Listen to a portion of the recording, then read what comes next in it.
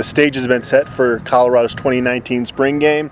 Mel Tucker says meat and potatoes, no French pastries, but he likes the fact that you can create a game-like atmosphere, unlike Mike McIntyre, that really didn't want to get this in the way of another practice for them. Yeah, and he elaborated more on that and said, hey, these guys are not going to be worrying about what they're writing on their wristbands, things like that. We're just going to go out there to work, and he doesn't want them to be distracted by things. So yeah, I mean, he looks at it as just another practice and not really. And obviously, it's a spring game and the fans get a chance to see it, but for him, this is just work. You get out there and get it done. What are you looking for on Saturday? I think there's some players that maybe Colorado fans should key in on. Guys that are going to be emerging into bigger roles on this team. Yeah, I think some players to watch. I'll be looking at the running back position a lot because we haven't seen really any of those guys. Two guys I would single out there, Alex Fontenot. When I talked to Darian Hagan last week, he mentioned he's just kind of ahead of everybody right now slightly because he's been here and he knows how to do all these things. And Jaron Mangum is a young guy that Hagan talks about. He likes the way he pass blocks. He likes the way he runs the ball. I think that's maybe a running back of the future around here. So I'd keep an eye on him as well. I think there's a lot of guys. Offensive line, there's so many parts that could be moving between now and August, and some people that aren't here yet, like Arlington Hambright. But Casey Roddick is a guy that seems to be emerging as the spring goes along. Over at guard, and Tim Lynotte's a guy that's been around here, but how does he handle center? You go to the defensive end.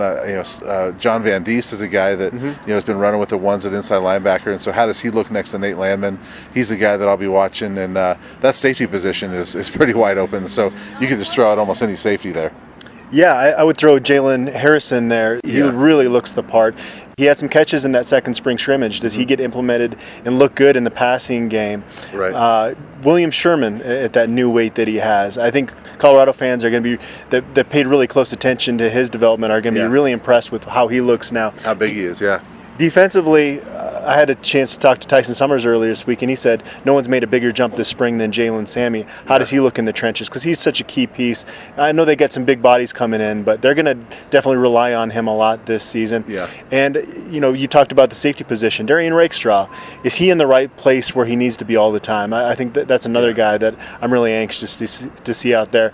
It's going to be really vanilla, though. I don't think you're going to really see what this offense is going to be like in the fall. So like any spring game, you kind of take certain things with a grain of salt. Yeah, I think certainly.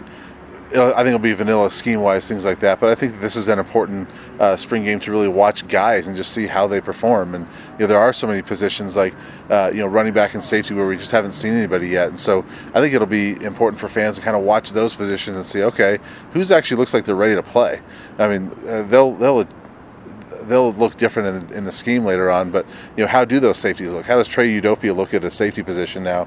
How does Hassan Hippolyte look back there? So those running backs, I think the running backs, it'll be interesting to watch, kind of who emerges there, if anybody does on Saturday.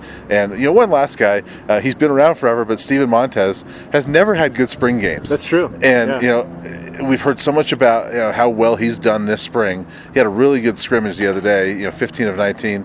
How does he look? Does he come out and actually perform well, on the spring game stage? Because he never has. One other guy I was going to mention, Dimitri Stanley, in that slot receiver role. I think a year from now, even the casual Colorado fan is going to know who he is. One of the better fluid athletes on this team. Not 6 months from now.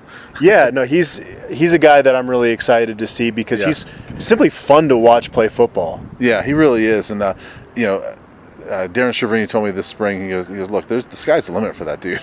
I mean, there's so much talent there. And, we know about what his dad did here. And, does he return punts as well and kick? So he's a guy that I'm excited about for sure. Asked Mel Tucker a few recruiting questions. The spring evaluation period's underway. These coaches obviously are going to hit the road next week.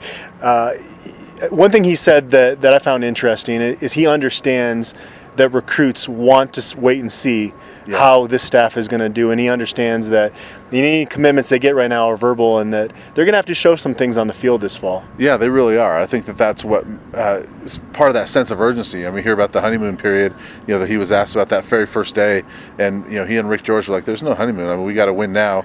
There's a lot of reasons for that, and one of them is recruiting, knowing that guys are in that wait and see approach. If they win now, that changes your recruiting class for 2020. All right, it sounds like there's going to be great weather on Saturday, so no excuse for Colorado fans not to make their way to Folsom Field, and we'll be back with more analysis after the spring game.